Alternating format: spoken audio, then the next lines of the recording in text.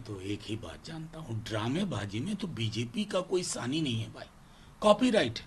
उनके top leader से लेकर के नीचे तक अद्भुत थिएटर करते हैं।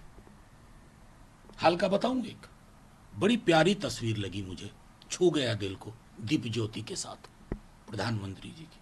लेकिन बरबस मणिपुर का ख्याल आ गया कि ये स्पर्श मणिपुर को भी चाहिए, देश के अलग अलग हिस्सों में। नहीं तो थिएट्रिक्स लगता है।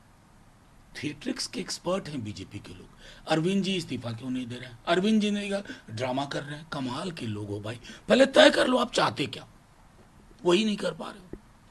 सर, एक चिट्ठी को लेकर के भी आसान मचा हुआ है कांग्रेस और भारतीय जनता पार्टी के बीच।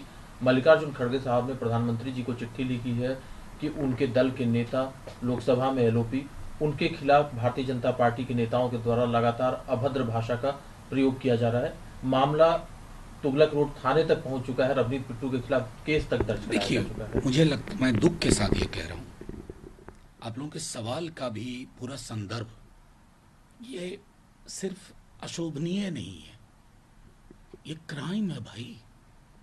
आप किसी को भी छोड़िए एलओपी, आप आतंकवादी कह दोगे। कोई कह रहा है कि दादी वाला हश्र होगा, कोई कह रहा है जीव काट लेंगे। कहां देश को ले जा रहे हैं?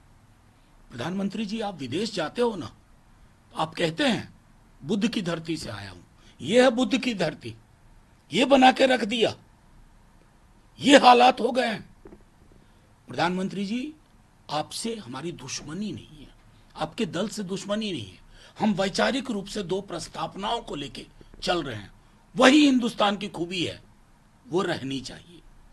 और मैं देख रहा था कि एक सवाल पूछा गया प्रेस कॉन्फ्रेंस में गृह मंत्री जी से, तो उन्होंने कहा पॉलिटिकल, ये पॉलिटिकल सवाल है।